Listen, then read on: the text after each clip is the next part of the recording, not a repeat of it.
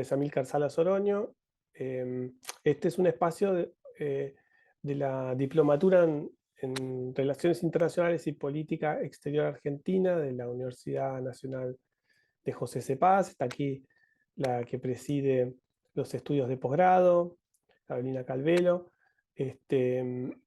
Y en esta diplomatura, además de la currícula formal, solemos incluir conversaciones que van en paralelo a la estructura más tradicional de las materias, conversaciones que a veces son con personas como la que tuvimos en el primer bimestre que tuvo el rector con la Consulesa de Barcelona. Aquí vamos a tener a dos especialistas en cuestiones vinculadas con la democracia y la política exterior. El año que viene, que son los 2 bimestres que quedan de la diplomatura, tendremos otras 2, digamos, presentaciones que serán diversas. La idea es que también vayan un poco cambiando en los formatos, todo para complementar algunas cuestiones que a veces se escapan de la currícula más formal de una diplomatura. No lo vamos a hacer muy largo, la idea de la propuesta de la conversación está pautada más o menos en 1 hora, en 1 hora y 15. Vamos a escuchar a estos dos académicos.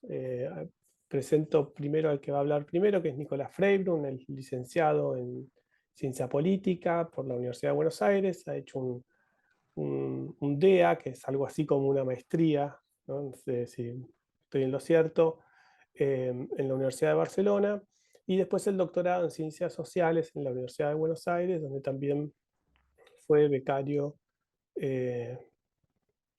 por CONICET. Ha publicado sus tesis doctorales, sus tesis también de estudio de maestría de DEA en España, y se ha desarrollado sobre todo en las cuestiones que hacen a las ideas políticas, la democracia, los intelectuales, y ha continuado esas interrogaciones que le dan algún, digamos, perfil muy distinto en general, creo yo, a pensar los problemas de la democracia conectados con los problemas de las ideas democráticas, que no siempre se tiene muy en cuenta. Y quien va a seguir en este conversatorio será María Cecilia Míguez, también licenciada en Ciencia Política. Realizó la especialización en Historia Económica y Política Económica, creo que es así el título, y doctora en Ciencias Sociales, investigadora de CONICET, una referencia, digamos. La hemos leído aquí en la diplomatura y no hay curso de política exterior argentina que no tenga sus trabajos. Ha publicado varios libros, uno de ellos yo siempre se lo menciono, que ha sido casi un bestseller, Los partidos políticos y la política exterior argentina.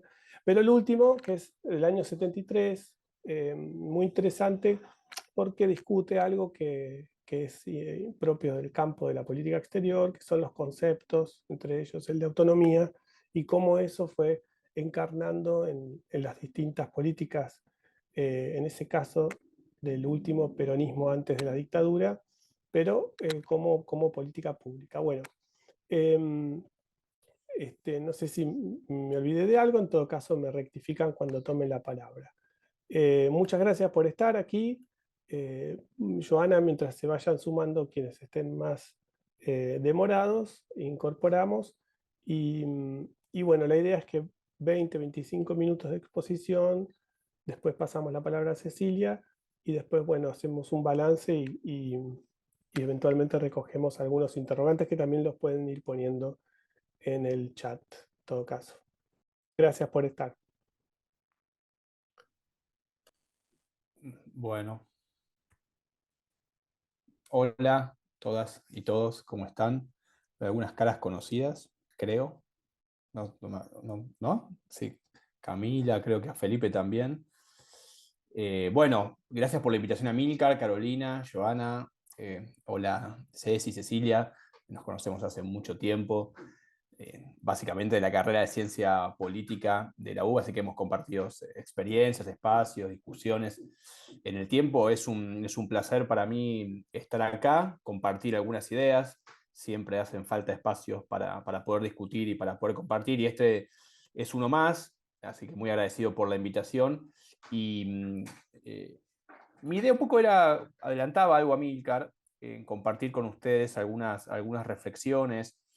No sé si decirlo en términos de comparativos, pero sí quizás colocar algunas discusiones en torno a lo que fue precisamente por los 40 años de la democracia, algunas ideas organizadoras, un poco el contexto intelectual, como solemos decir también, en el que transcurrió la democracia a partir de los años 80, no solamente en Argentina, sino también en América Latina e incluso en algunas zonas de Europa. Posteriormente, luego, incluso una discusión que se extendió hacia los países postcomunistas, toda esta discusión sobre las transiciones a la democracia construyeron, como ustedes saben, y si no lo saben, ahora un poco podemos charlar de eso, campos de discusión, campos académicos, campos intelectuales sobre cómo desarrollar teorías y cómo pensar la cuestión de la democracia en las sociedades, en los estados periféricos a partir de la cuestión de las salidas de la dictadura y de la transición. Eso organiza toda una serie de discusiones, de problemáticas, que es interesante verlas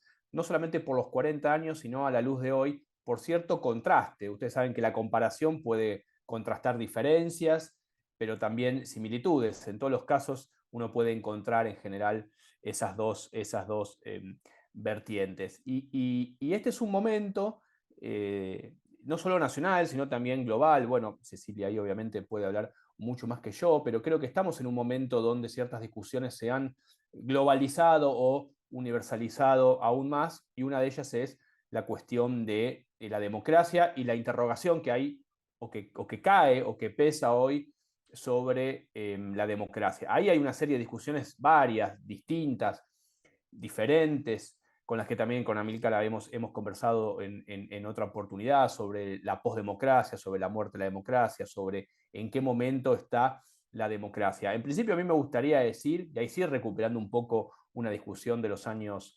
80, que la democracia es una experiencia social y una experiencia política, no solamente política, sino también social, y creo que también uno ya debería decir cultural, ¿no?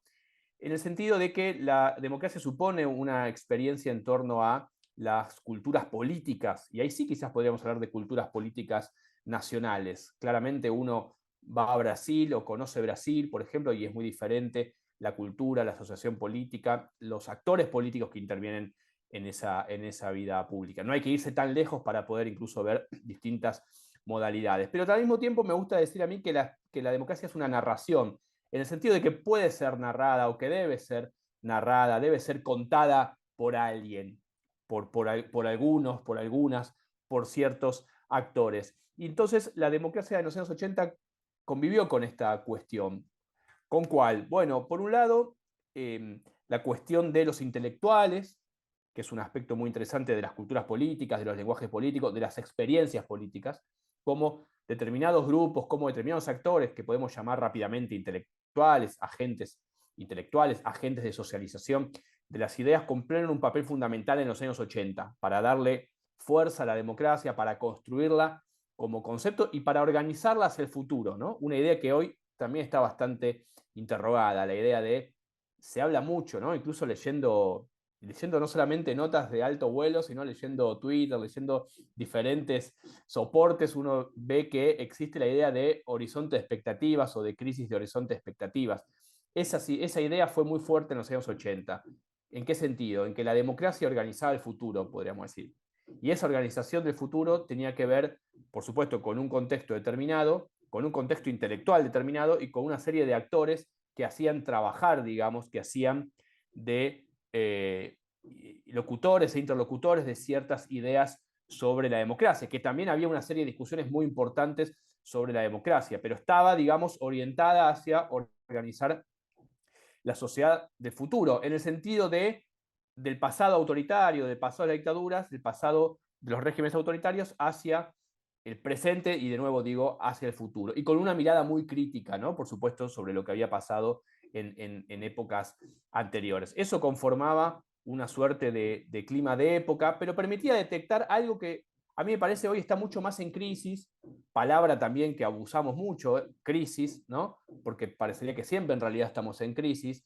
Ahora después voy a decir algo, otra palabra que me gusta, no porque la adopte, sino que me gusta porque es productiva quizás para pensar, que es la palabra de decadencia y está muy en el aire también, ¿no? Hoy parecería ser que más que en crisis estamos en una suerte de decadencia de la democracia y de la vida política tal como la habíamos conocido hasta no hace tiempo. Por lo tanto, hay una serie de elementos que estaban en los 80 para poner esta fecha hacia adelante que hoy están fuertemente interrogados. Entonces decíamos que esa cultura política con la que se abría la democracia incluía las ideas, determinadas ideas políticas, incluía a los intelectuales, incluía también una idea de Estado, como decíamos antes, aunque quizás eso fue desarrollado luego un poco más.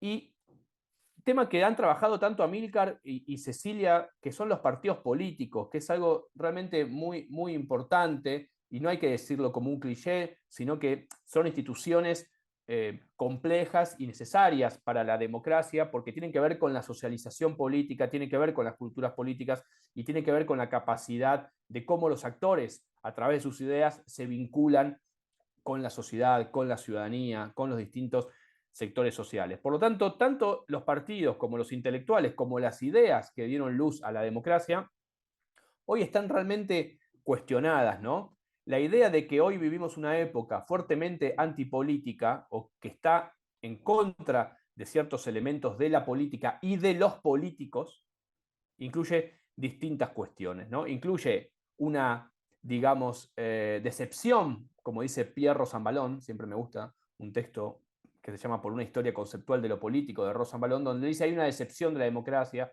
hay un rechazo. Al mismo tiempo, eso es histórico, no nos vamos a meter quizás en detalle con eso, porque la democracia es crisis de la democracia. Pero también tenemos que puntualizar momentos históricos determinados, ¿no? No podemos decir la democracia vive en crisis históricamente y relativizar los momentos críticos realmente existentes donde eso adquiere un volumen mayor. Por otro lado, están interrogados los actores fundamentales, que son los partidos políticos o algunas formas de entender los partidos políticos y los políticos en el sentido de los profesionales de la política. Algo que también había sido muy revitalizado, por lo menos se le había prestado atención en los años 80, hace 40 años, cuando la democracia de nuevo era más una esperanza que una decepción, aunque rápidamente también tuvo muchos problemas, partía de una idea de cierta reconstrucción del lazo político, del lazo social, de esto que llamamos la cultura política democrática, que en Argentina tiene una densidad, porque tiene una sociedad civil muy compleja, con distintos tipos de organizaciones, desde derechos humanos hasta sociales, en fin, una serie de actores, como se dice hoy, empoderados, que tienen una idea de, o cierta idea de cómo deberían, digamos, transcurrir algunas cuestiones. Por lo tanto, tanto la política como los políticos y el Estado, entendiendo por el Estado incluso los partidos políticos, ¿no? Me parece que ahí hay que hacer un ejercicio de volver a ciertos autores. Los partidos políticos son parte de la sociedad civil como el Estado. La bibliografía dirá más actual que son más bien, están más bien en el Estado y cada vez más lejos de la sociedad civil, ¿no? Eso es una discusión más teórica. Pero de todos modos, son actores fuertemente interrogados y en crisis porque han perdido una capacidad. ¿Cuál? Esta capacidad de poder proyectar, de poder elaborar, de poder ser soportes de ciertas ideas y de una capacidad reflexiva de esas ideas importantes que deben definir los partidos de cara a la sociedad. En ese sentido, los intelectuales y las ideas políticas en general también se ven cuestionados. Yo creo que vimos una etapa muy antiintelectual. Se habla mucho de la antipolítica, del rechazo a los políticos, bajo distintas denominaciones, pero también me parece que es una etapa muy antiintelectual. ¿En qué sentido? En que también hay una nueva serie de interlocutores políticos o de actores quizás no tan políticos que también han tomado la palabra y que hacen circular una serie de saberes sobre lo que sería la sociedad y la política actual que me parece que deben ser interrogados. Por supuesto que eso viene de la mano de las nuevas tecnologías, etcétera, etcétera. Pero más allá de los soportes, ¿no? Lo que importa también, sobre todo, es el contenido de esa palabra. Por lo tanto, no solamente están en crisis los políticos, la democracia y, digamos, los intelectuales como actores que podíamos detectar organizando la palabra política, sino que hay una serie de nuevos actores que supuestamente vienen a reemplazar a estos. Eso me parece que debe ser un interrogante. Y cuando digo nuevos actores, digo también una serie de interlocutores o de mediadores, digamos, sociales, que toman la palabra política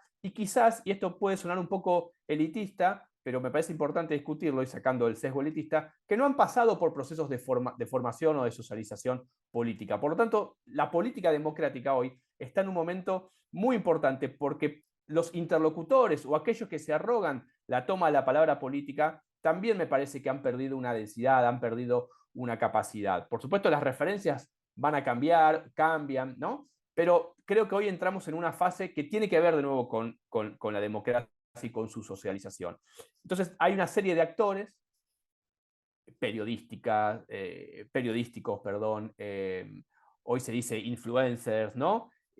Críticos de toda la haya, ¿no? Que intervienen en la esfera pública de un modo, esto sería para desarrollarlo quizás en otra oportunidad, pero que intervienen de un modo quizás poco formativo y que tiene que ver de nuevo con esta relación entre las ideas políticas y la sociedad. De nuevo, en un contexto fuertemente antiintelectual, en el sentido que incluso los partidos que eran soportes de esos intelectuales, de esos actores que podían colocar una palabra política diferente, también han perdido la capacidad, también han perdido el interés inclusive por incluir, por producir un sentido diferente. A mí me parece que toda esta cuestión de los contextos intelectuales, de las ideas políticas, de quiénes son los que pueden tomar la palabra, afecta de una forma bastante importante. Por supuesto, alguien dirá, bueno, pero lo verdaderamente importante son los problemas económicos, sociales.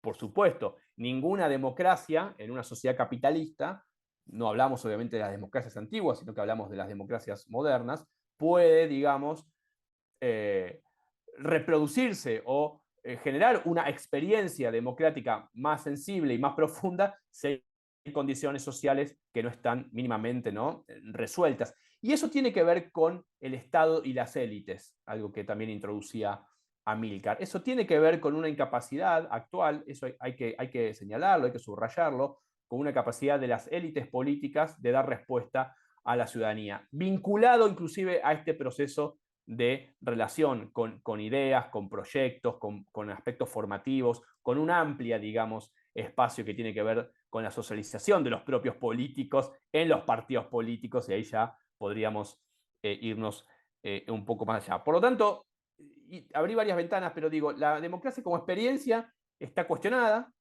Eso no significa que mañana no vamos a tener más democracia, sino que está en un momento de interrogación tal vez más profunda. Y en este sentido, fundamentalmente, ahí hay una vinculación con el Estado.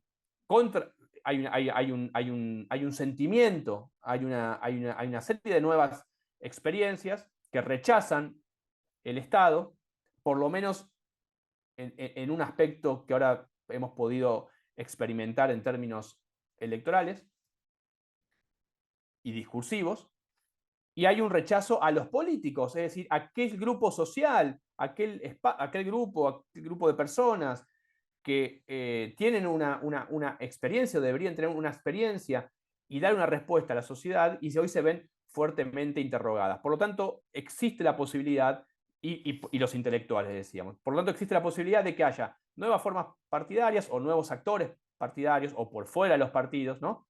Los famosos outsiders, cierta marginalidad de la política, cierta con la peligrosidad que eso tiene, nuevos interlocutores, ¿no?, que colocan una palabra política y que interpretan la democracia y la política y la sociabilidad de un modo diferente, y esta, digamos, crisis, ¿no?, del Estado. ¿Pero por qué me interesa esto? Porque ¿quién explica las cosas en una sociedad? Claro, uno parecería ser un poco autoritario, parecería ser que volvemos a Hobbes, ¿no? Uno explica la sociedad, uno explica el Estado. No, hay una serie de actores importantes que podrían explicar en el sentido de interpretar y de dar un sentido a las cosas. A mi opinión, creo que eso hoy lo ocupan, ¿no?, actores, instancias que no son los más interesantes. ¿Pero por qué? Por una pérdida de capacidad, de nuevo, de las instituciones más básicas y que siguen siendo, por supuestamente, muy importantes para dar una respuesta. Si bien la idea está de la democracia que organiza el futuro, la política siempre se hace en presente, ¿no? Y ahí, de nuevo, también hay un elemento, me parece interesante hoy, que es una especie de imposibilidad de pensar el futuro, ¿no?, de pensar esta idea de horizontes de expectativa que la política tiene que elaborar. La política tiene que poder producir, poder elaborar, ¿sí? Estas dimensiones. Por lo tanto, faltan, creo yo, mi diagnóstico es que faltan en esta dimensión, después en otras, por supuesto, podemos extendernos también, faltan actores que puedan interpretar, que puedan leer, que puedan colocar, digamos, una palabra y una interpretación sobre el estado de las cosas y sobre la democracia como experiencia. Una cuestión que, y vos, Amílcar, decime ahí el tiempo, más o menos como venimos, yo voy articulando. Otra cuestión que me parece importante para traer de los 80 hacia ahora y hacer este puente, ¿no? Tiene que ver con esta cuestión de las ideas, pero a nivel global o en un nivel más allá de lo local. Era una época donde, si bien las cuestiones se estaban planteando en términos de cada país, Brasil tuvo su transición, Uruguay tuvo la suya, cuando pensamos en los 80 y la apertura democrática, al mismo tiempo había un debate y un diálogo de ideas muy fructífero. Digamos, los intelectuales, los académicos, los políticos se rodeaban de una serie de saberes y leían otras cosas muy diferentes, muy distintas, que hoy me parece que justamente parecerían como si estuviésemos en contacto con un montón de saberes interesantes e importantes, pero me parece que eso se ha perdido paradójicamente bastante, en tanto, si bien tenemos más acceso a cierta información, siempre el problema es cómo se leen las cosas, no importa qué cosas están, sino cómo se abordan esas cuestiones. Por lo tanto, yo creo que ahí también detecto una nueva o una serie de elementos que tienen que ver con la cultura y la socialización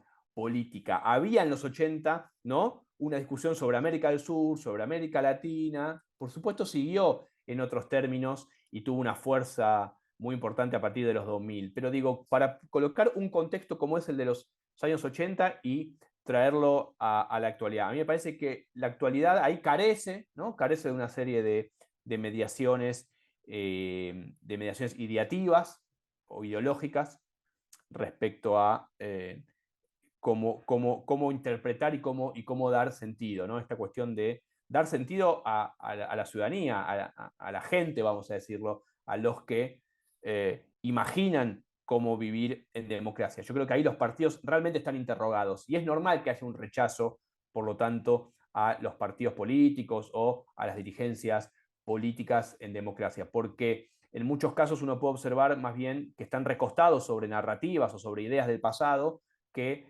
en el peor sentido del pasado, que sobre problemas o sobre cuestiones que tienen que ver con imaginar el presente hacia el futuro. Así que ahí me parece que también habría una cuestión interesante para colocar en términos casi comparados.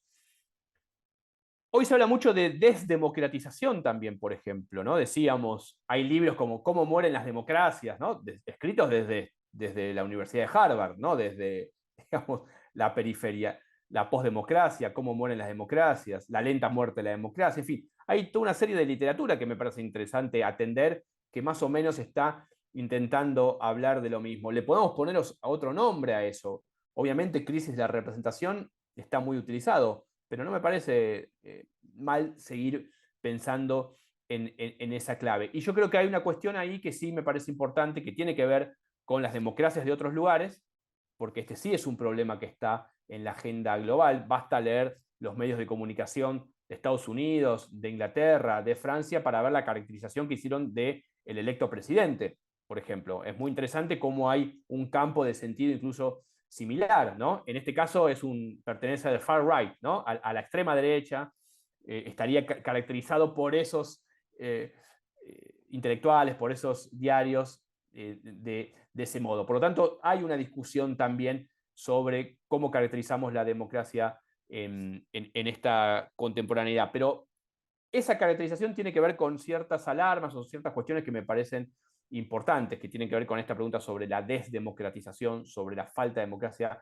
ya no, sobre no solamente la calidad de la democracia, como se decía en una época, sino sobre el interrogante mismo si la democracia puede morir, como se llama, parafraseando el libro quizás han leído, de Steve Levitsky y de Daniel Ziblatt, ¿no? Cómo mueren las democracias. ¿Por qué? Porque hay una cuestión y que hemos conversado también con Amílcar, me parece interesante traerlo a colación cuando conversamos sobre Brasil en alguna oportunidad, sobre los rasgos autoritarios que aparecen en la democracia hoy en día, ¿no? Cuando se habla de desdemocratización o acecho de la democracia, un aspecto, no el único, pero un aspecto puede ser este, que es inverso al de los años 80. Si en los años 80 íbamos, ¿no?, del autoritarismo a la democracia, como se planteaban en general la literatura y los problemas, hoy no es que estamos yendo de la democracia al autoritarismo, pero sí aparecen escenas, diría yo, ciertas escenas que tienen que ver con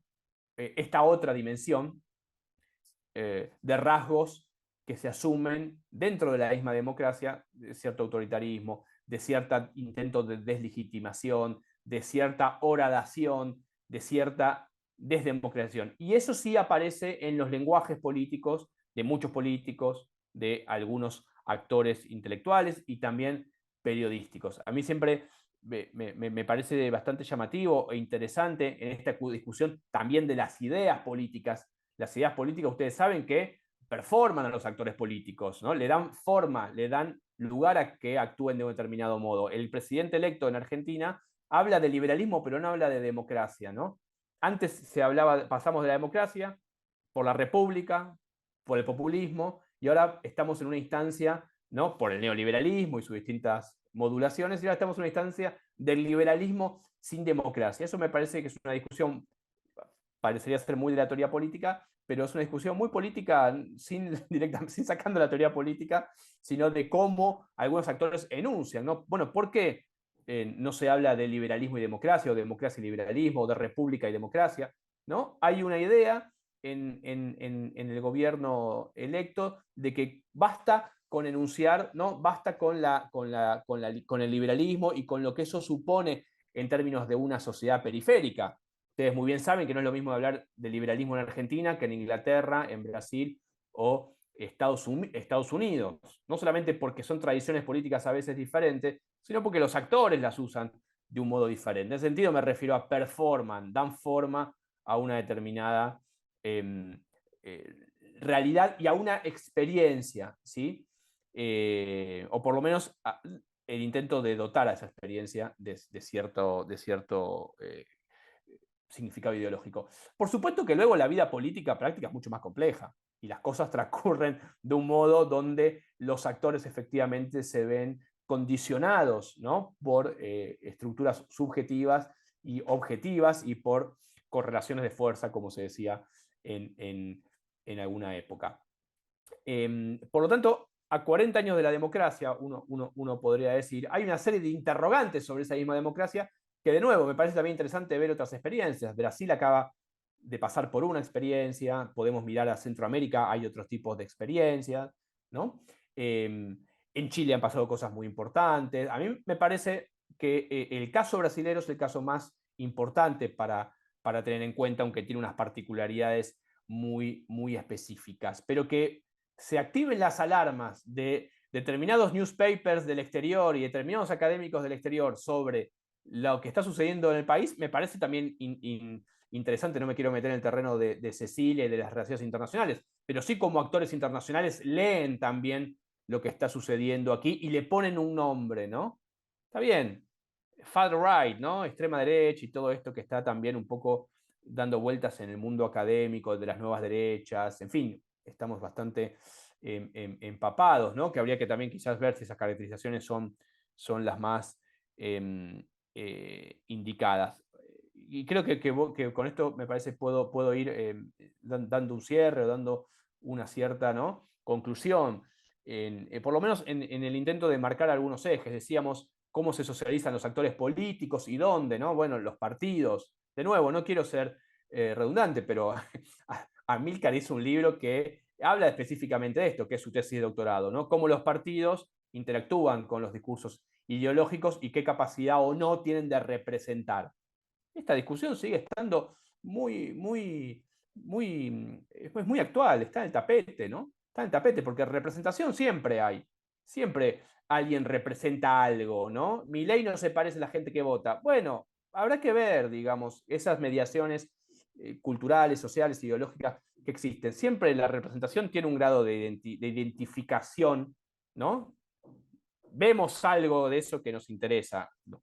cada cual verá con qué se identifica, quiero decir. Luego, entonces, la cuestión de las ideas y los intelectuales. Hay nuevos interlocutores, hay nuevos actores, influencers, gente de todo tipo, que yo tengo una mirada, parece un poco conservadora, pero no es conservadora, es negativa frente a cómo hoy se socializa y cómo, la palabra política democrática, no la democracia, sino cómo nos socializamos nosotros y qué actores están interpretando el contexto actual. Eso me parece muy importante. Bueno, ¿quiénes están tomando la palabra? ¿Quiénes se le da más lugar? ¿Quiénes pueden, no? En fin, por suerte la sociedad argentina es muy rica también en eso, hay que decirlo, hay mucha gente conversando. Y por último, y creo que con esto puedo hacer un poco la aposta a Ceci, tiene que ver con esta cuestión del Estado, porque si hay un rechazo a la democracia, hay un rechazo, decíamos, a los políticos. Y los políticos están visualizados en el ámbito del Estado. Es cierto que es una definición súper abstracta, pero también es concreta en tanto el Estado y los estados generan políticas públicas, y los partidos políticos, obviamente,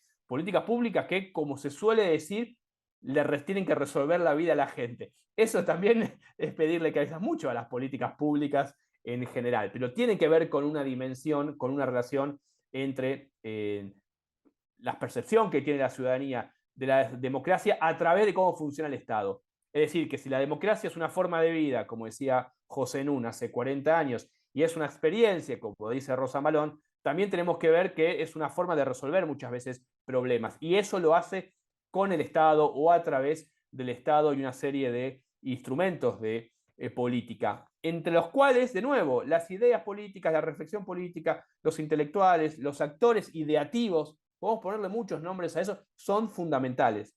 Si la política no tiene preparación, no puede asumir ese lugar de la capacidad de generar interpretaciones e ideas para resolverlo, vamos a seguir estando y estamos en un problema que tiene que ver, y cierro con esto que hablamos de la socialización política en democracia. Así que bueno, quizás me extendí un poco, abrí muchos temas, creo que no cerré casi ninguno, pero me parecía la mejor forma también de hacerlo para poder, digamos, conversar y abrir en todo caso luego algún debate. Bueno, gracias por escuchar y por estar ahí del otro lado.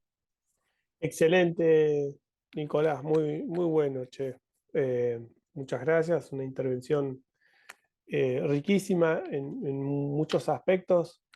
Eh, no voy a, no voy a ni sintetizarla, ni dar mi opinión, ni editorializarla, pero hay cosas que son súper relevantes para estos días.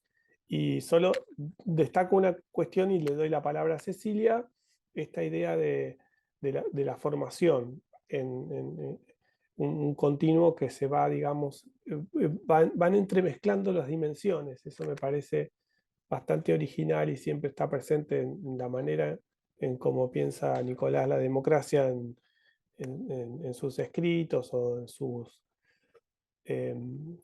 clases, porque eso también habla de planos que no siempre son analíticamente separables, pero que después van todos juntos, ¿no? Las palabras y quienes los transportan. Muy bien. Cecilia, te escuchamos.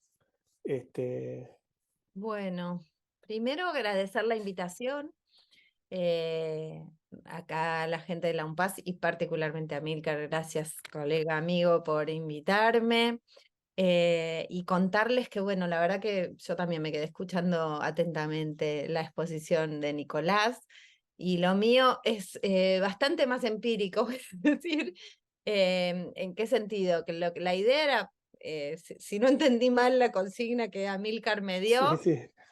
era un poco hablar de lo que yo más bien estudio, que es la política exterior y sus vínculos con ese devenir democrático, ¿no? Es decir, cómo está atravesado con nuestros gobiernos del periodo democrático, de la recuperación de la democracia, los últimos 40 años, y cómo se ha ido pegando la idea de democracia con algunas otras de la política internacional, ¿no? En esto de que efectivamente los conceptos a lo largo del tiempo se van como enchastrando de otras cosas, podemos decir de alguna manera, y en nuestros 40 años de etapa de recuperación democrática, la política exterior, que como se dijo recién, ¿no es cierto?, está, digamos, se aloja en la política pública, es decir, es una política pública más, en el sentido de que también es resultado de los debates de las relaciones de fuerza en el seno del Estado, ¿no es cierto?,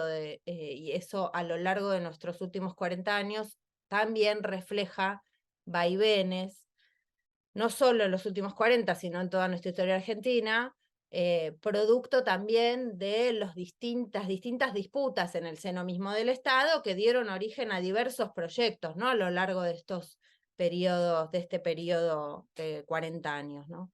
Sobre todo lo que quería más bien contar o hacer hincapié es cómo algunas ideas surgidas en los 90, que es una década ahora que vuelve muchísimo, ¿no es cierto?, en un montón de reminiscencias, y algunos de ustedes o algunas de ustedes quizás más jóvenes, ¿no?, como que queda como en un periodo muy lejano y de golpe vuelve, ¿no?, como a resonar de alguna manera.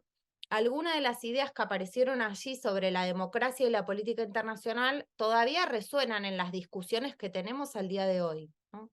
Entonces, por ahí hacer una especie de genealogía de ese surgimiento, de esas ideas, y quizás referirme brevemente a que esa democracia nuestra reconquistada en el 83 nace en un contexto muy distinto al de hoy del mundo. Piensen que todavía estamos en la Guerra Fría, en los 80, ¿no? Yo esto lo recuerdo siempre porque uno no puede hablar desde la edad que tiene y de la propia vivencia, sino desde la edad que tienen a quienes les hablamos. Entonces, en los 80 todavía es el mundo de la Guerra Fría. La idea de la globalización neoliberal aún no existe, ¿no? O sea, no, eso es posterior. Entonces, esos años, esos primeros años 80, son una especie de bisagra entre ese mundo, ¿no?, que busca una vuelta a una etapa de una Argentina próspera, postdictadura, pero al mismo tiempo es la década donde se produce el gran cambio hacia lo que va a venir, que es efectivamente esa etapa de globalización neoliberal, ¿no?, donde ahí es que se discute fuertemente el rol del Estado, ¿no? Yo siempre cuento que efectivamente en los 90 se dijo que el Estado no iba a existir más. No solo se dijo, sino que se estudiaba así en la universidad, que era el fin del Estado y el fin de la geografía, ¿no? Eso quienes cursamos en ese momento así lo escuchamos, ¿no? De tan contundente fue esa cosmovisión de esa globalización neoliberal. Digo globalización neoliberal a propósito, ¿no?, porque no es la única globalización, lo habrán estudiado, lo habrán leído de muchos autores, pero ese es un carácter particular, ¿no?, que hace a esa idea de globalización. Pero esa década de los 80, esa democracia que se recupera, está en medio de la Guerra Fría, después de la Guerra de Malvinas, ¿no?, como son como los hechos o sucesos fundantes, y sobre todo de las ideas, ¿no?, esto que decíamos recién, ¿no?, cuáles son las ideas que circulan en ese momento. Guerra Fría, Guerra de Malvinas, crisis de la deuda externa, ¿no? Son como los grandes sucesos que están ahí en el nacimiento de esa recuperación democrática.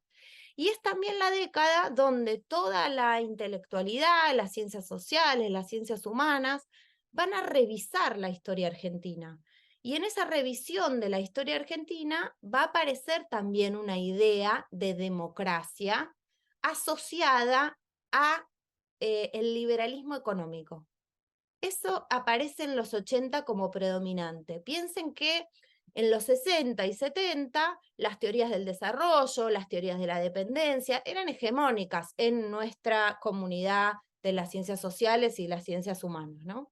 Postdictadura aparece por primera vez, se reflotan interpretaciones que son justamente las que volvemos a escuchar ahora, que es que la Argentina había sido un país potencia en la etapa del modelo agroexportador y que luego aparecía la decadencia, ¿no? Algunos la situaban en la década de 1930, otros directamente en el peronismo, ¿no?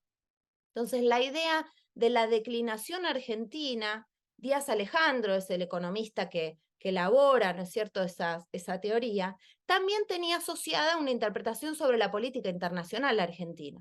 Entonces, la visión que se construye en los 80 es que la Argentina había sido exitosa durante el modelo agroexportador, el boom, ¿no es cierto?, de esa Argentina granero del mundo, ¿sí?, que era un país que prácticamente podía ser una potencia. Vieron que esto lo escuchamos, ¿no es cierto?, hoy en nuestra dirigencia política actual nuevamente, y que había acertado, ¿no?, en su vinculación con el mundo, en su vinculación internacional, por haberse pegado, ¿no es cierto?, a la potencia hegemónica del periodo, que era Gran Bretaña. Y que por lo tanto su derrotero posterior, todos los desastres que nos sucedieron y todos los males del mundo y las 7 plagas, tenían que ver con, bueno, forzar una industrialización que no teníamos por qué, que era inconveniente, que no eran las ventajas comparativas, ¿no es cierto? No poder pegarse a la nueva potencia, que eran los Estados Unidos, es decir, errar en cuáles son los vínculos prioritarios. Entonces, en esa interpretación, bueno, había una posición muy fuerte sobre la economía, que es decir, las economías exitosas son las economías de apertura y liberales y de ventajas comparativas, y una posición de recomendación respecto de las relaciones internacionales. A los países a los que les va bien son los países, digamos, dentro de los países pequeños, a los que se suben a el progreso que proponen las potencias predominantes en cada contexto. Esas ideas, que por supuesto estaban producidas en el centro del mundo, es la idea del Estado comercialista de Rosenkrantz, ¿no es cierto?, es el neorrealismo de Walsh, de alguna manera, son recibidas por los internacionalistas en la Argentina y resignificadas, ¿no es cierto?, a la luz de nuestras propias circunstancias. De ahí va a surgir el conocido realismo periférico de Carlos Escudé, que seguramente quizás escucharon o habrán leído o estudiarán en la diplomatura, que justamente era decir, bueno, la Argentina es un país periférico, ¿no? ¿Qué le queda a los países periféricos? Alinearse, ¿no? Subirse a, la palabra bandwagoning, ¿no? Es como la de subirse al acoplamiento, ¿no? Sería acoplarse a ese motor que es la potencia del momento. Y entonces el error grande de la Argentina había sido el de no declarar la guerra, ¿no?, al eje en aquel momento de la Segunda Guerra Mundial, ¿no? Ahí estaba la clave del error argentino, ¿no? No haber podido subirse a la estrategia, más allá de la discusión puntual de si eso era posible o no era posible, si Estados Unidos, si lo hizo Brasil, si no, que es una discusión muy de las relaciones internacionales, ¿sí? Lo cierto es que estas teorías, estas ideas que empiezan a ser hegemónicas en este nuevo periodo democrático, lo que hacen es denostar la etapa donde la Argentina había fomentado la industrialización, impulsado el ascenso social de las grandes mayorías, ¿no es cierto?, a partir del Estado, había firmado la tercera posición en su momento y post tercera posición había firmado de distintas maneras rasgos de autonomía en su política internacional. Y todo eso pasa a ser denostado. Y miren cómo queda atado a la cuestión de la guerra de Malvinas. ¿Por qué?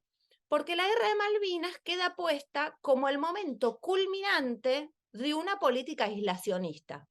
Es decir, la política aislacionista arrancó con errarle a con quién nos alineamos, ya en el 45, y termina, ¿no es cierto?, en su punto culminante con la decisión de recuperar las Malvinas a través de la fuerza, ¿no? Entonces, miren por qué artilugio quedaba asociada la dictadura y el autoritarismo a estos rasgos de autonomía absurda, confrontacionista y autoritaria. Entonces, la democracia, del otro lado, tenía que ver con la apertura y con tener buenos vínculos con las potencias predominantes en ese momento. Entonces quedó, de un lado, el autoritarismo o la demagogia, en el peor de los casos, el error de la autonomía y el aislacionismo. Y del otro lado quedaba la democracia, la apertura y el liberalismo. Esa operación donde democracia quedó del lado de la apertura al mundo, todavía está vigente en mucho de lo que leemos en los medios sobre relaciones internacionales. Cualquier nota que agarren ustedes, que defiendan, ¿no es cierto? Decir, bueno, una Argentina abierta al mundo, ¿no? Esa idea aparece infinitamente en quienes pregonan, bueno, si se quiere, la desregulación, ¿no? Gobiernos como va a ser el actual o como aparenta ser el de Milei, ¿no es cierto? O como fue el de Mauricio Macri o como fue el del menemismo, ¿no? La apertura tiene que ver con la democracia y tiene que ver con los valores occidentales. Esa es la democracia neoliberal. En cambio, del otro lado está el aislacionismo, la autonomía, el autoritarismo y la demagogia.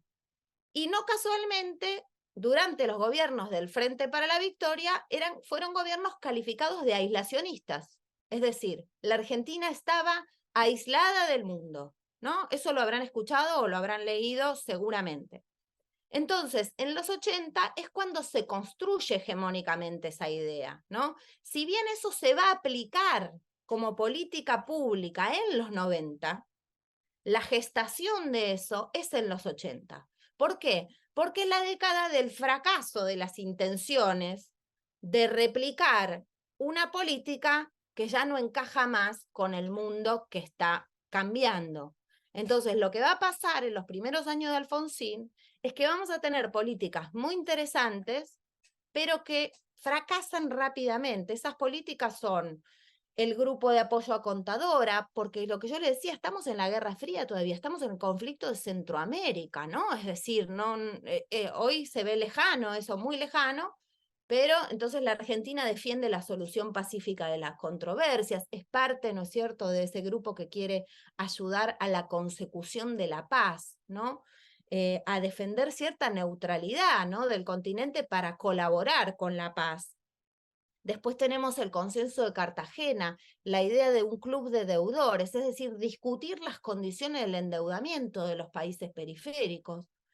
Y ahí vamos a tener algo que también es una novedad de ese momento y que eso va a asignar nuestro futuro, que es el cambio del rol del Fondo Monetario Internacional.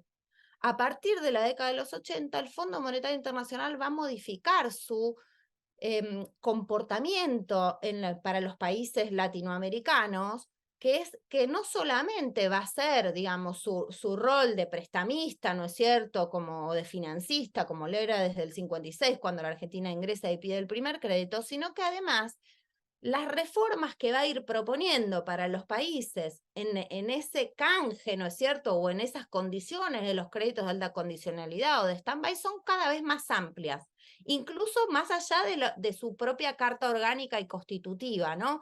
Por eso vamos a tener un nuevo protagonismo en esta nueva democracia, que son reformas que se proponen en la educación, en la salud, en el Estado, que están propuestas desde el Fondo Monetario Internacional, que va a pasar a ser un actor central.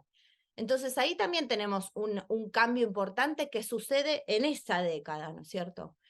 Y es el compás, ¿no es cierto?, de ese fracaso, porque así como les decía, también tenemos, bueno, la primera reunión de Berna, donde se intenta conversar el tema Malvinas y eso fracasa completamente. Se inicia la etapa que se conoce como desmalvinización, ¿no? Es decir, donde el tema es totalmente abandonado, incluso por el radicalismo en ese momento. Y sí tenemos el Mercosur, ¿no? El Mercosur como una estrategia, una nueva estrategia donde la cuestión de la democracia aparece como fundante, ¿no? Es decir, el Mercosur no solo es importante en términos de colocar los productos, que no saben dónde colocarlos, porque lo cierto es que la Argentina tenía como primer comprador a la Unión Soviética hasta el 86.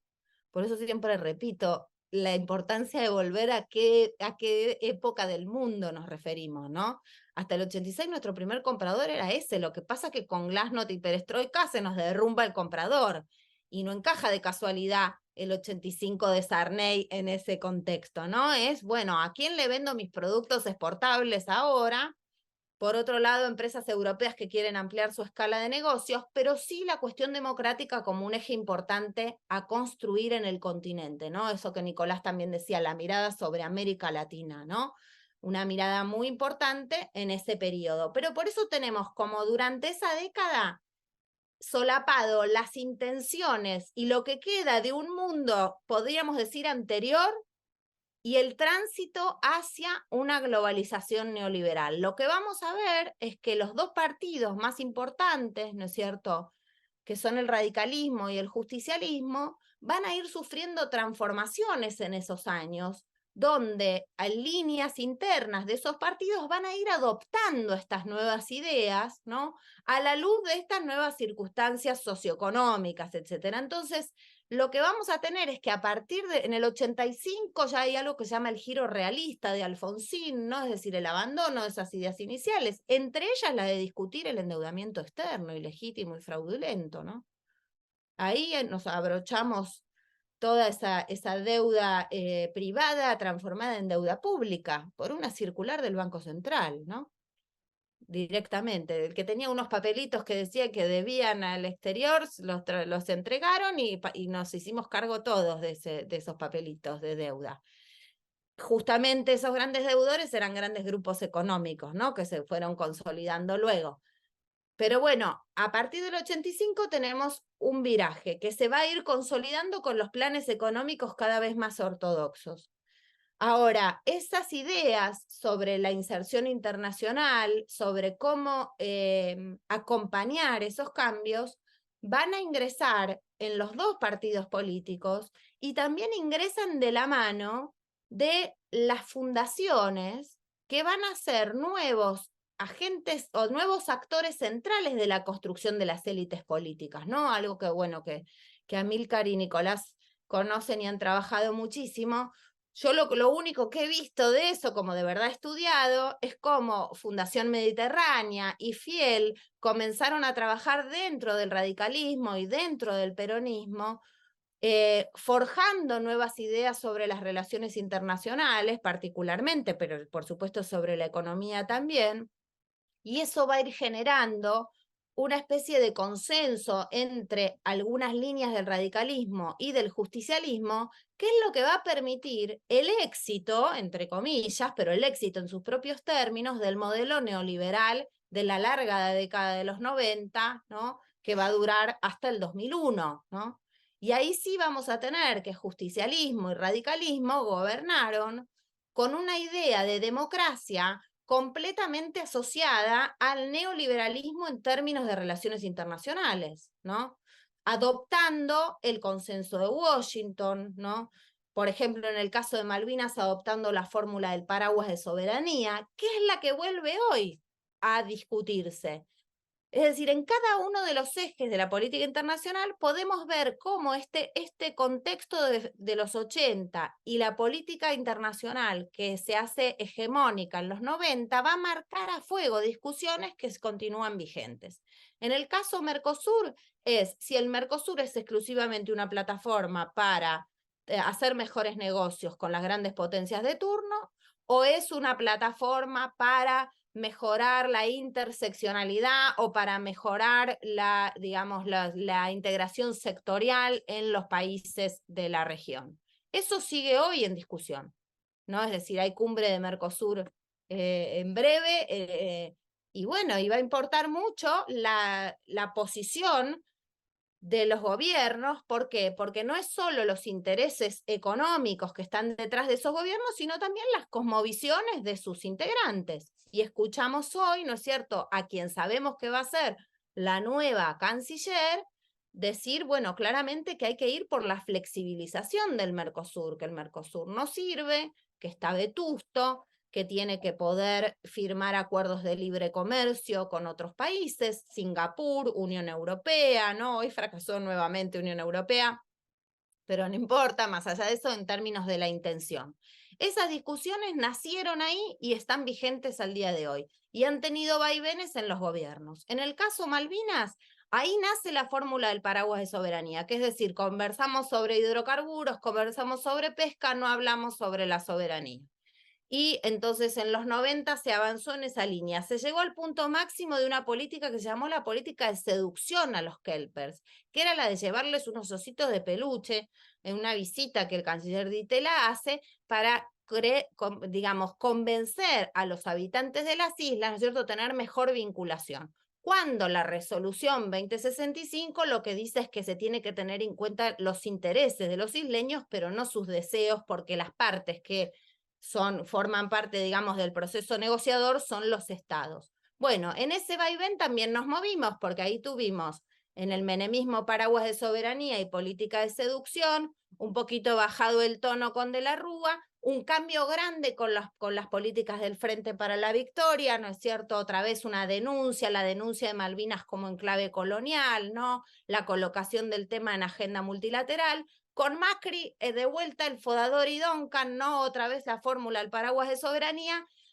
Ahora, después luego con Felipe Solá y Cafiero, leyes, ¿no es cierto?, de protección para la pesca, la Antártida, el Atlántico Sur, y ahora nuevamente una canciller, ¿no es cierto?, que bueno, primero había dicho esto nuevamente, la de tener en cuenta los deseos, ¿no es cierto?, de los habitantes de las islas, después se desdijo, pero bueno, lo cierto es que ya vislumbramos que va a ser más parecido a la idea del paraguas de soberanía, ¿sí? Bueno, después, por ejemplo, tenemos la cuestión del alineamiento, ¿no? Es decir, un país democrático es un país que se alinea con los valores occidentales. ¿Quiénes son los valores occidentales? Estados Unidos y Europa, la OTAN y punto. Eso quedó sellado a fuego en los 90. Un presidente que se fue del movimiento de no alineados porque dijo, la Argentina no pertenece al tercer mundo, pertenece al primero. Así que no queremos estar más acá, con la gente pobre y de tez medio oscura. ¿Por qué? Si podemos estar con el mundo, con los más ricos, ¿no? Con los importantes. Bueno, eso quedó marcado a fuego. Es decir, ¿por qué me voy a quedar con los perdedores si la Argentina puede estar en el primer mundo? Bueno, así se fue la Argentina de no alineados. Había entrado en el 73. Se fue en el 89, 90. No, o sí, ahí con nuestro querido canciller Cavallo. No sé si ustedes recordarán que antes de ser ministro de Economía fue nuestro canciller. Bueno, la Argentina vuelve a ese movimiento como observador durante la época de los Kirchner, ¿sí? Entonces, otra vez, digamos, ¿no? Entonces estamos en el vaivén constante de esas cuestiones. La otra de las cuestiones de ese momento es que es la cuestión de cómo se participa en los conflictos del orden global. Una Argentina democrática que apoya los valores universales que pregonan los países libres del mundo, ¿no? Asumiendo como válida la doble vara absoluta del sistema internacional, bueno, manda naves al Golfo Pérsico, participa de ese conflicto bélico, ¿no? Entonces, hoy el mundo que está en una situación de competencia cada vez más recrudecida, donde hemos visto con la guerra en Ucrania la vuelta concreta, ¿no es cierto?, de un conflicto bélico que se extiende en el tiempo, ¿no? Donde qué importante que es que los países latinoamericanos mantengan la paz y la neutralidad. Qué esfuerzo y qué política activa es la neutralidad, porque no es una política de listo, no me importa, como te quieren hacer creer, ¿no? Es una política recontraactiva que hay que tener mucha fuerza para sostener. Y qué peligro cuando aparece un gobierno que dice yo me voy a alinear en el conflicto Israel-Palestina, que es un conflicto añejo, donde la Argentina ha tenido una política súper cuidadosa, ¿no es cierto?, de proteger la existencia de los dos estados desde el inicio de esa cuestión, decir, listo, yo me alineo con Israel. Realmente esos son como los peligros de los vaivenes, ¿no?, que atentan contra tradiciones históricas de la política internacional. Entonces, el problema de los periodos en los que la democracia queda pegada a la idea del neoliberalismo es que ahora que además está incluso, como se decía recién, incluso denostada la idea misma de democracia, casi que nos queda como un eufemismo, o sea, casi que la cáscara de democracia es cada vez más pequeña, ¿no? Es como mantener el sistema electoral para en realidad decir que la Argentina quiere pertenecer a determinado grupo de países y no vincularse con otros, como hoy, por ejemplo, se discute la cuestión de los BRICS o de lo que se ha dicho en términos de la relación con China y Brasil. Hasta hace poco, los líderes de la Libertad Avanza habían dicho que la Argentina no iba a tener relación con China y con Brasil por ser países comunistas. Rápidamente eso se acomoda, es un imposible, ¿no es cierto?, esa idea. pero ahí aparece incluso el extremo absoluto, que es que no sería necesario el Estado en las relaciones internacionales, ¿no? Algo que a nadie se le ocurre afirmar de ninguna manera, porque aún para garantizar el libre comercio, los países utilizan fuertemente los mecanismos del Estado. Aún para eso, ¿no? Más allá de si estamos de acuerdo o no. Pero es cierto que vuelve una idea donde la democracia es imaginada como el momento más antidemocrático de nuestro país. O sea, hoy la democracia enarbolada en términos de liberalismo y de inserción aperturista es la que reivindica la etapa de la Argentina donde quienes acumulaban eran solo unos pocos, con ninguna condición garantizada de ningún tipo para las grandes mayorías. Quienes hacían negocios eran exclusivamente las élites predominantes, ¿sí? Y entonces eso queda asociado a la idea de democracia y los momentos más objetivamente democráticos, es decir, donde se reparte el producto, podemos decir, hay, ¿no es cierto?, mejoran las condiciones de vida, se comercia con todos los países y se arman vinculaciones con todos los países más allá de los gobiernos que esos países tengan. Esos periodos se asocian o al autoritarismo o a la demagogia, ¿no? Entonces, ahí hay un peligro grande en el uso de esa idea de la democracia que poco tiene que ver con la trayectoria democrática profunda de la Argentina, y creo que ahí tiene que ver nuestra mezcla particular, que es nuestro liberalismo. Algo se dijo recién, Nicolás, ¿no es cierto?, del liberalismo en los distintos lugares del mundo y qué contenido tiene eso en los distintos países, pero que el liberalismo nuestro, latinoamericano, el liberalismo en la Argentina, ha quedado asociado al autoritarismo y al conservadurismo en términos, es decir, el liberalismo económico asociado al conservadurismo político, ¿no? Entonces, eso continúa vigente, ¿no es cierto?, en las fuerzas políticas al día de hoy. La cuestión de las relaciones internacionales también queda usada, como siempre es más efectivo decir, quiero vincularme con los países libres, quiero ser libre, quiero no tener ataduras, que no haya control, ¿no es cierto?, como algo que todos percibimos como deseable en algún sentido, ¿no? Entonces también hace mella sobre esas ideas. Y lo cierto es que mucho de lo que se propone hoy como novedoso, en términos tanto económicos como de la política internacional, es lo que quedó marcado a fuego en la etapa de los 90, que es lo que llevó a la Argentina a la peor crisis de su historia, donde tuvimos los niveles de desocupación más grandes, de pobreza, donde hubo que levantar un país de la ruina absoluta, ¿no es cierto? Así que yo con esto cierro para no pasarme y dejo a las preguntas que haya sobre el tema.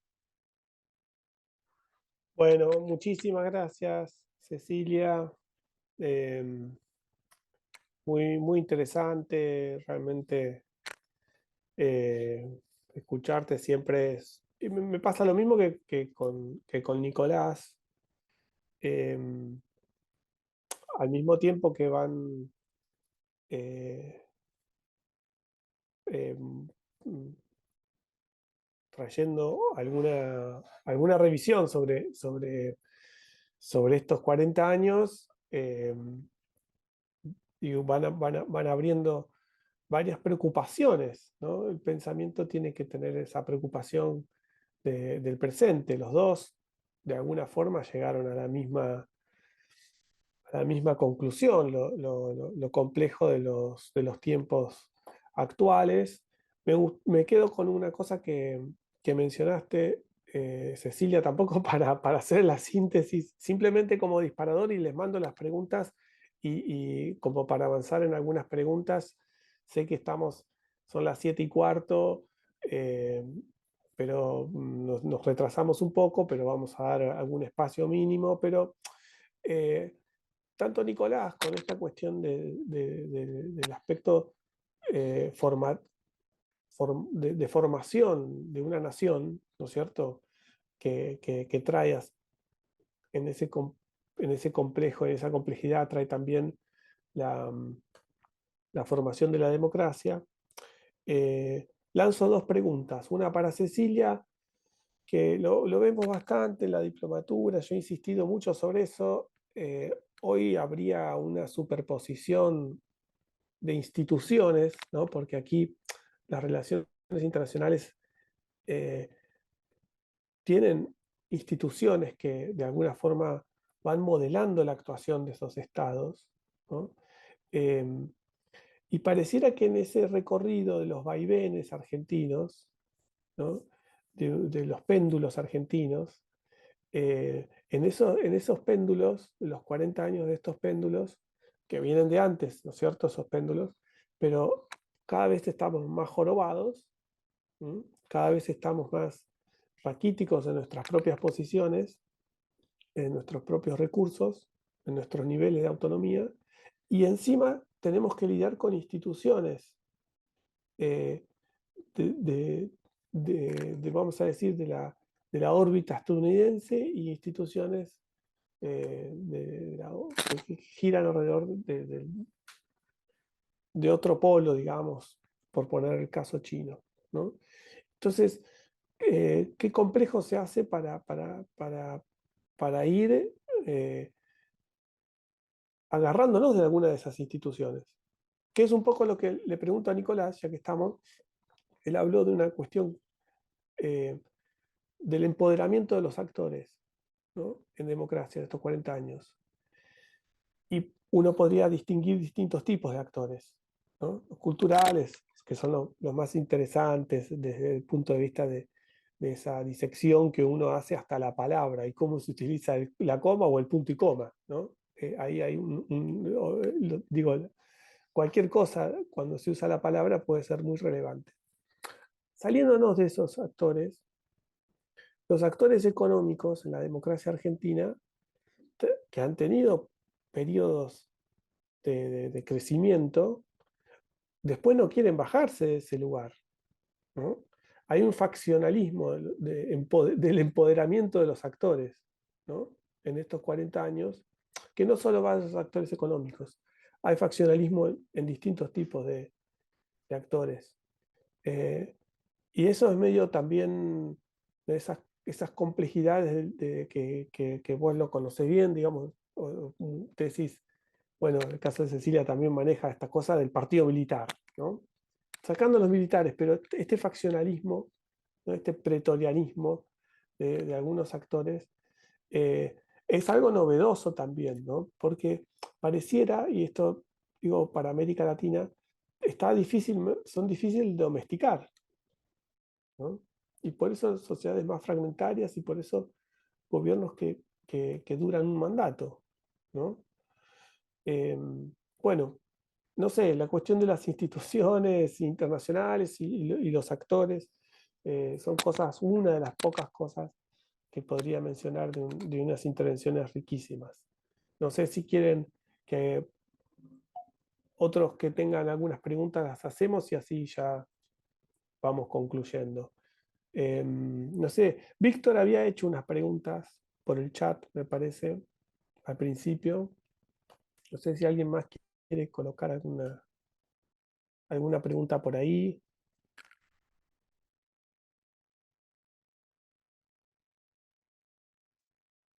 Víctor preguntaba, ¿no será que ha cambiado la forma de hacer práctica la política, redes sociales, cambios para hacer llegar el mensaje a actores?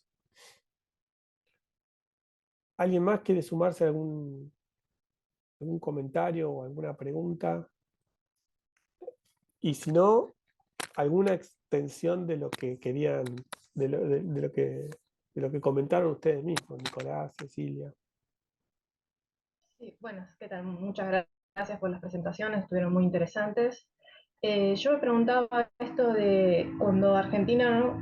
Vuelve a la democracia y estamos frente a este escenario de Guerra Fría, en el cual se moldean, ¿no? Las relaciones internacionales. A mí lo que me llama la atención es que en la actualidad bueno, el equipo y el mismo presidente electo habla en términos de Guerra Fría. Yo cuando escucho las categorías que utiliza y demás, las naciones libres, era un concepto que no había escuchado más que en películas, digamos, de esa época. Y es como que estamos retomando toda esta lógica de un mundo bipolar. cuando tenemos, bueno, no, esta composición multipolar en realidad. Eso me Bueno, yo recojo ese guante y contesto, hago un comentario de lo que habías dicho, Amílcar, y acá de lo que dice Mariel. Efectivamente, a ver, hay una retórica hoy, que eso seguramente Nicolás conoce y puede contestar mucho mejor, sobre los movimientos globales, ¿no es cierto?, que apelan nuevamente como a la idea de comunismo, como aquello para pegarle a cualquier tipo de gobierno que presente opciones al neoliberalismo, ¿no?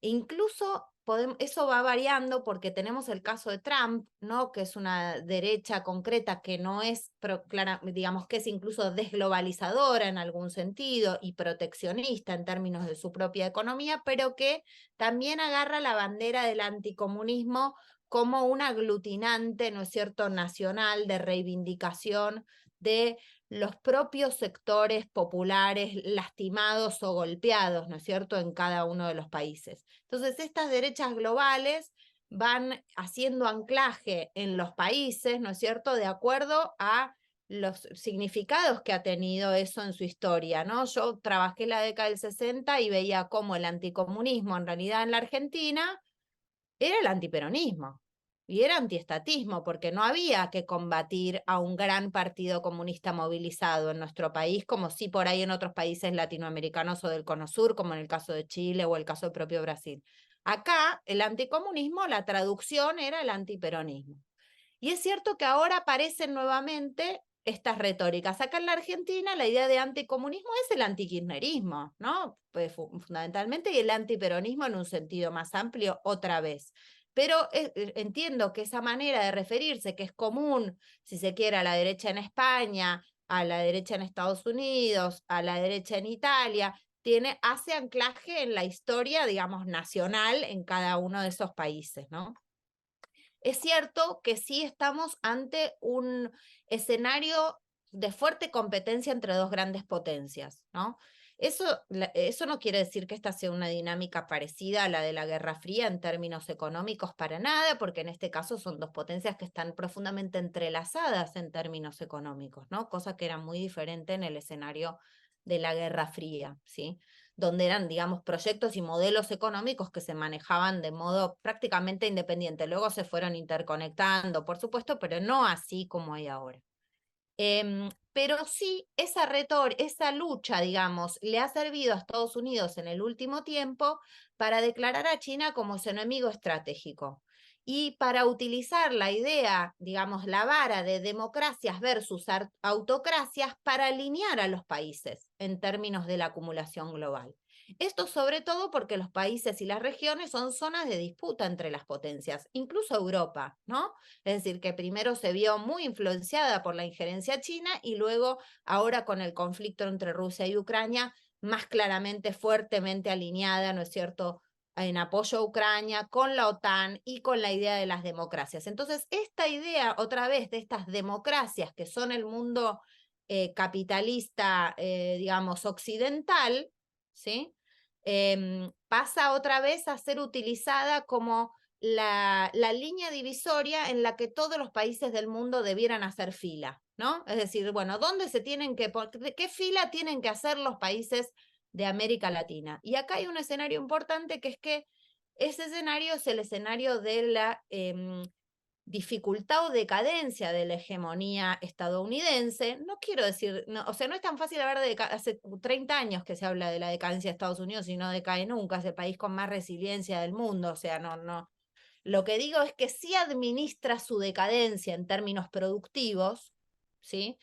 Y nosotros somos su zona de hegemonía natural. Entonces, administrar su decadencia en la zona de hegemonía requiere apretar las tuercas en esa zona y ponerla a formar fila donde tiene que formar. ¿Se entiende? Entonces, para eso, esa retórica sirve. Vamos a decir, bueno, ¿dónde se ubican finalmente en esto? Y lo que respecto de estas instituciones, a las que nombraba Milcar, y de este escenario de competencia entre potencias, los momentos en los que a los países latinoamericanos le ha ido mejor son momentos de competencia entre potencias. porque son los momentos que han sabido, si sus élites y condiciones internas lo permiten, han sabido aprovechar esa competencia. A veces se dice, cuando compiten es peor para los países. No es cierto, no es objetivamente así. Ha sido peor en la globalización neoliberal, que no había opción ninguna. Entonces, los momentos que ha habido competencia, se abren opciones. El problema es cómo los factores internos aprovechan o desaprovechan esas opciones. Entonces, hoy, por ejemplo, en el caso de BRICS, hablando esto de las instituciones, ¿no es cierto? Aparecen nuevas instituciones que pueden permitir vínculos diversificados, lo que no es sinónimo de autonomía, ¿no? Diversificación, autonomía son dos cosas diferentes, pero la diversificación es condición para la autonomía, no necesaria pero no suficiente, como son las definiciones de la geometría y la matemática. Entonces, es una condición necesaria. Entonces, pertenecer a estas instituciones con países que son países compradores de nuestros productos, incluso los más tradicionales, pero no solamente, sería un elemento fundamental y que hoy está siendo descuidado en función de una posición que está fuertemente justificada desde una posición ideológica. Y acá hay otra operación interesante, que es que los gobiernos que suelen criticar la ideologización de la política de las primeras décadas del siglo XXI, hoy están tomando o van a tomar decisiones de política internacional exclusivamente en función de cosmovisiones ideológicas. Por supuesto, para responder a intereses profundos, como decía recién, Estados Unidos administrando su decadencia fuertemente y poniendo a América Latina a formar fila donde corresponde, pero sobre la base de una justificación que es tremendamente ideologizada. Entonces yo considero lo contrario, que hubiera sido importante que la Argentina se suba a esas nuevas instituciones. ¿Por qué? Porque lo que nos enseña nuestra historia del siglo XX es que cuando nos fue mejor es cuando nos subimos a todo lo que nos podíamos subir, con todas las dificultades que eso tenía, manejar el pragmatismo que eso significa, ¿no? Y el costo que eso significa, cuánto confrontás, cuánto no, le decís un poco a este que sí, un poco a este también que sí, ¿no? O sea, incluso la contradicción que eso significa. Pero esos son los momentos en los que nos ha ido mejor. Los momentos en los que formamos fila con uno en donde nos dijeron el resultado para las grandes mayorías no fue positivo. Bueno, clarísimo, Ceci. Muchas gracias. Y entonces, para cerrar, porque nos hemos extendido un poco en el tiempo, te doy la palabra, Nicolás. Bueno, sí, a tu pregunta puntual, o a tu, no sé si una pregunta, una reflexión, Amílcar, una inquietud No, pero respecto. vos hacelo. No, pero me reflexión interesa, pero me interesa porque esa relación entre, digamos, la capacidad de los actores, ¿no? Y algo que decía Cecilia también que tiene que ver con la autonomía, no solamente internacional o regional o global, es decir, de un Estado frente a otros Estados, sino los Estados internamente, y ya ahí entraría la cuestión de la democracia, tiene que ver con esta relación entre Estado y democracia, porque también cuando, y eso es una discusión incluso más profunda, pero tomando un poco la línea de Cecilia respecto y ahí sí tendría igual, ya lo dejamos para la próxima, discusiones sobre el término neoliberalismo y los usos del neoliberalismo y cada etapa, pero bueno, yo también entiendo que no hay tiempo y uno a veces hace todos hacemos generalizaciones o no nos ponemos tan estrictos, quiero decir.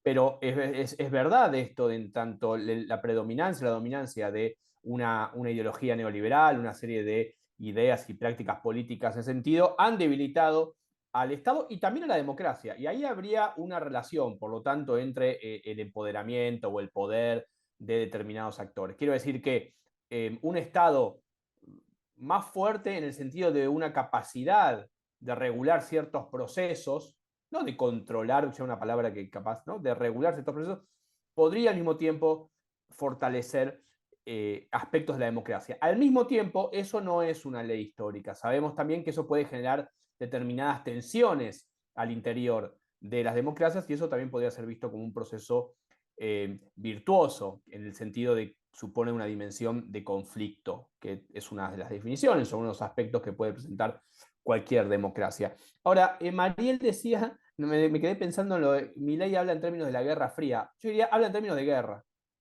punto. Es decir, porque me parece que ahí habría que retomar la idea. Habla en términos de Guerra Fría, pero en realidad porque, ¿no?, hay una belicosidad, diría yo, en toda su forma. Y esta intervención muy interesante y que Cecilia después extendió y aclaró también bastante, esta vuelta a formas de la Guerra Fría, podríamos decir, ¿no? Por un lado, de nuevo, el neoliberalismo y el fin de la historia, o el liberalismo como modo último de entender las relaciones, tanto internacionales como de la democracia, presenta muchos límites. Porque cuando Trump habla del comunismo bajo una idea que es la de la conspiración, que está hoy hay una nueva idea conspiracionista sobre cómo se manejan los actores también internos y externos, porque hay algo que es casi, digamos, epistémico o más grave aún, aunque también es una vieja discusión, la relación entre verdad y mentira en política, que ya no me voy a extender ni no voy a hablar nada, voy a decir nada, solamente esto, pero que es una relación muy interesante, la relación entre verdad y mentira en política. Cómo eso que uno puede decir se manejaba dentro de ciertos criterios o podíamos identificar, hoy está totalmente trastocado. Por lo tanto, yo puedo decirle a alguien que es comunista y no tener nada de comunista. No solamente no tener nada, sino que quizás diría que es contrario incluso a esa idea sobre la cual se lo acusa o se lo interpela. Por lo tanto, hay algo ahí de las modulaciones que han perdido cierta racionalidad, diríamos, que no es una palabra quizás muy convocante. Por lo tanto, conspiración, verdad, mentira, en el mundo político local e internacional actual siguen funcionando de un modo muy productivo. Y ahí sí hay algo. La Guerra Fría trasladaba, ¿no?, ciertas conceptualizaciones y ciertas discusiones hacia adentro y afuera. Hoy, digamos, hay algo similar, pero de un modo muy trastocado. ¿Por qué? Porque Trump le dice a uno comunista, pero adentro de Estados Unidos a Trump le dicen autoritario. Y los intelectuales de la costa este y una gran parte de la población le dice, no, el autoritario sos vos, no Putin solamente, con quien Trump dice tener excelentes relaciones e incluso haber evitado la guerra, dijo hace muy poco, dijo, no, yo hubiese evitado la guerra. Bueno, en fin, ahí Cecilia conoce La soluciona, mejor. dice que la soluciona en 15 días, te la soluciona cuando gane. Claro, ¿no? Bueno, también una cosa muy... Es posible igual, voy a sí, decir. sí, pero sí. Bueno, habría que ver, ¿no? Porque es verdad que ahí ya la política exterior de Biden no es muy buena tampoco, me parece. Digo, me meto en un terreno de que soy un comentador en esto y lector de diarios, pero no me parece que sea muy buena. En fin, digo, me parece que hay otros elementos que nos ayudan a pensar esta cuestión de las relaciones internacionales o de las nuevas caracterizaciones en un mundo, digamos, obviamente bipolar, pero que hay otros actores que no son de un consenso, ¿no?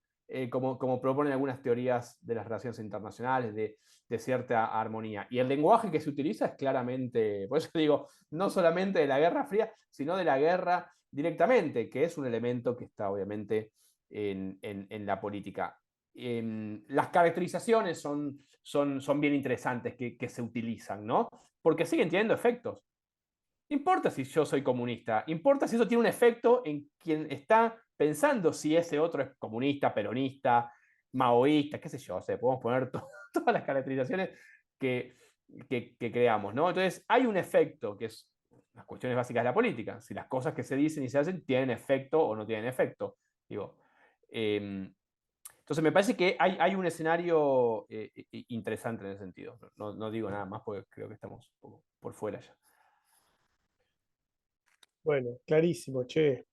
Cuántas cosas que se abren, ¿no? Esto de la guerra. También una cosa que dijo Cecilia, em, las relaciones internacionales sin los estados, ¿no? Que es un poco el absurdo o llevar la reflexión eh, al extremo desde el punto de vista de los clásicos, ¿no? Así que bueno, todo esto queda para seguirlo pensando. Muchas gracias por haber hecho el empuje para llevar algunas discusiones en el diciembre del 2023 argentino, que trae, por supuesto, encuadramientos particulares para los temas. En el frío diciembre deberías decir. En el frío y lluvioso, ya que está. Eh, muchas gracias a todos Bueno, gracias. por estar y seguimos conversando académica y no académicamente. Gracias, Cecilia, gracias, No, Nicolás. gracias a ustedes, gracias por estar ahí escuchando esta Sí, época del año. gracias. Tal cual. Gracias, Gracias, Ana Gracias a Cari. Joana. todos, un placer. Gracias. Bueno, un Gracias. Gracias, gusto. Joana, también. Gracias. Gracias, Joana. Saludos, nos vemos. Chao, muchas gracias.